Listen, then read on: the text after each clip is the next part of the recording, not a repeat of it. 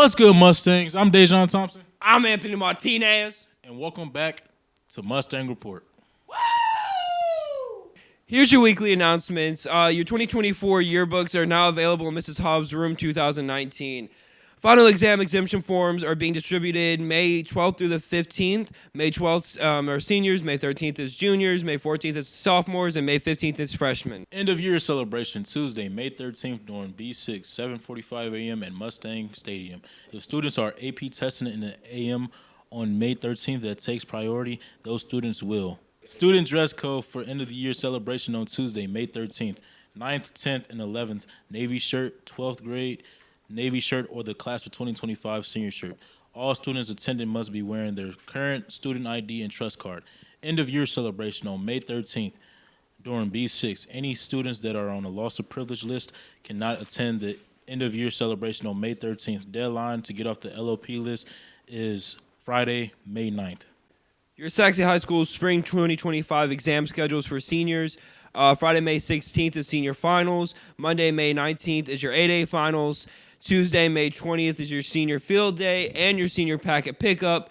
Wednesday, the 21st is the elementary senior walk, senior graduation ticket pickups, and senior awards. Thursday, May 22nd, senior graduations rehearsals, and then senior sunset. And then Friday, May 23rd, is Sachse High School's class of 2025's graduation. Underclassmen Awards, Monday, May 19th in the auditorium by invitation only. Period A1 is 9th grade, period A2 is 10th grade. Now let's go on to EV with Mechantech.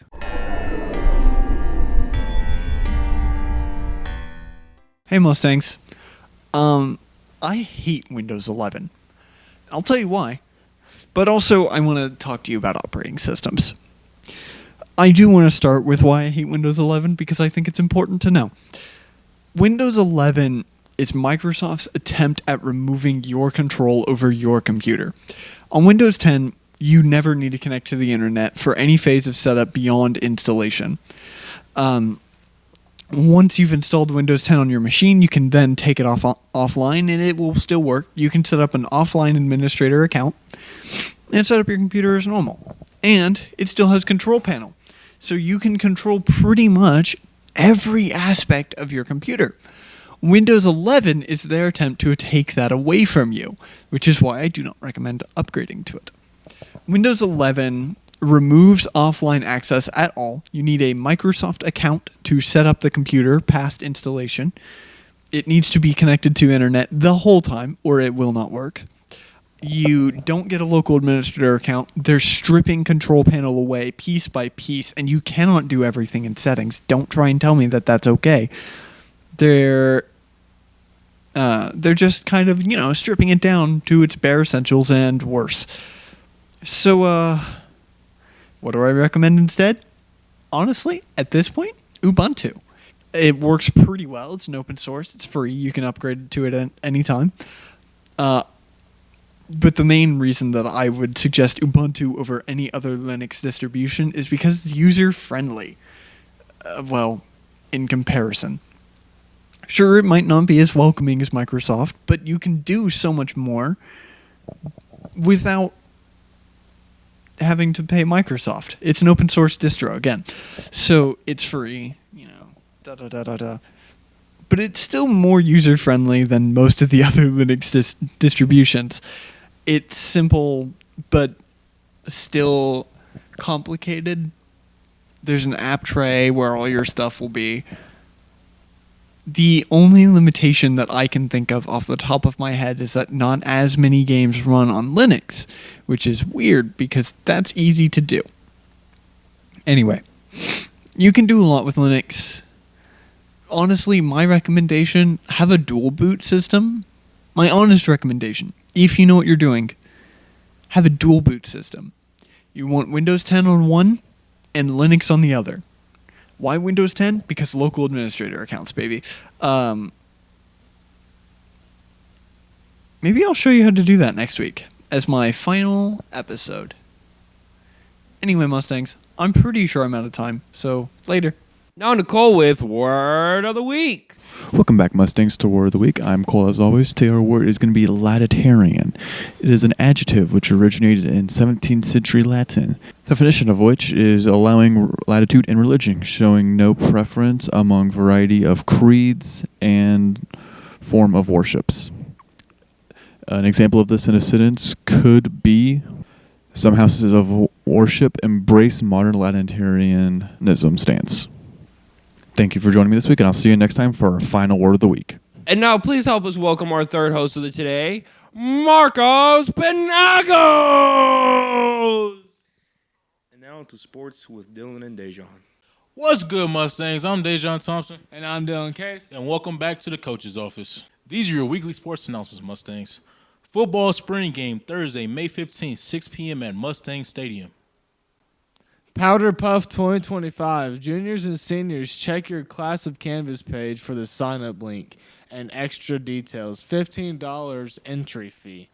We would also like to congratulate our baseball and softball teams on their amazing season. Now on to Haley and Elena with Evergreen Stories. Hey guys, it's Elena, and today I'm here with a story about college admissions. Colleges are expecting what could be the largest freshman class ever. As campuses face financial pressures from the federal government and political conflict over diversity and other cultural issues, admissions processes, appended by the Supreme Court's decision to ban affirmative action, have been revamped. Budget pressures and worries about financial and tuition loan for colleges and families alike. And that was before President Trump's return to power. After he took office in January, his administration almost immediately began a campaign to close the education department and stop billions of dollars from flowing to colleges. On campuses, universities are shutting down laboratories and confronting civil rights investigations. As about 3.9 million students earn their high school diplomas and many of them head to college, the changes could expect the experiences in big and small ways. Here's how the commotion might touch students, their parents, and anyone else around college campuses this year. The United States has close to 4,000 degree-granting colleges and universities that offer everything from associate's degrees in nursing to doctorates in history, but challenges are just about everywhere in higher education right now. That includes places like UPenn and Johns Hopkins, but also schools like Kansas State University. Some have already announced layoffs or hiring freezes that may be forced to rework their course offerings. It is unclear how much belt tightening there will be and how it will affect undergraduates in the fall. Not only will it have financial and culture changes, but on-campus culture will shift as well. Diversity, equity, and inclusion programs had once seemed like a good idea to many universities, even a necessity, as they sought to increase their enrollments with a competitive landscape. But backlash has driven state lawmakers to take up legislation to eliminate such programs. Thank you guys for watching, and make sure to stay updated on all the different laws changing surrounding education and college. This is not only for seniors, but all students and teachers. I hope you guys have a wonderful week. America's long history of trying to acquire Greenland. In 1868, a U.S. Secretary of State promoted Greenland as a land that could empower the United States to command the commerce of the world. Secretary of State William Seward went on a territory shopping spree. A year earlier, Seward had negotiated the purchase of Alaska from Russia for $7.2 million. If Seward's negotiation of Alaska hadn't been politically branded as a folly, he may have gotten his wish to add Greenland and Iceland to the expanding United States.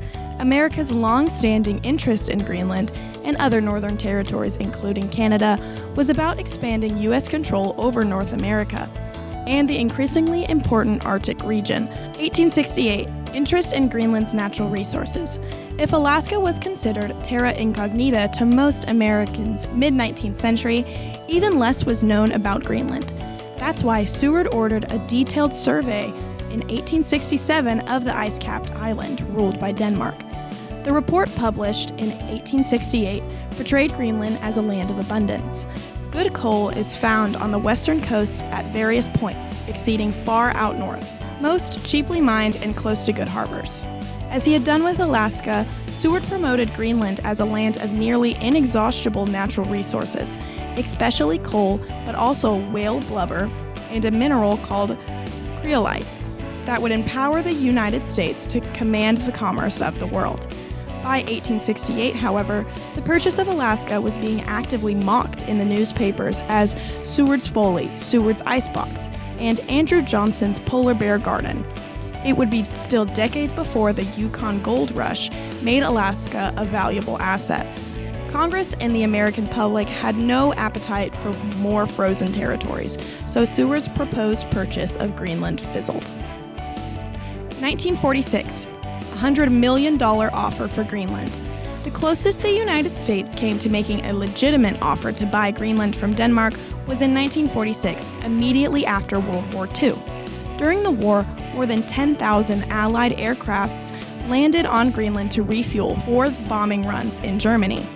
The Pentagon thought of Greenland as the world's largest stationary aircraft carrier, says Doel, co-editor of the Exploring Greenland, Cold War Science and Technology on Ice.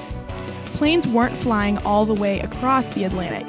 Having places like Greenland and Iceland became crucial. At the outset of World War II, Denmark declared its neutrality, but Germany invaded Denmark in 1940 and placed it under Nazi occupation. Since Denmark still ruled Greenland, there was great concern in the U.S. that Germany would invade Greenland too, giving the Nazis a North American base of operations. Camp Sentry was a proof of concept for an even more ambitious scheme called Project Iceworm. For that project, the U.S. military wanted to build a network of railroad tracks under Greenland's ice to shuttle around nuclear missiles capable of reaching the Soviet mainland. But Project Iceworm was never completed, and America's search for Greenland still continues. Bye, Mustangs! I've been Anthony Martinez. I'm Dejan Thompson. I'm Marcos Panagos. And we'll see you again on the Mustang Report.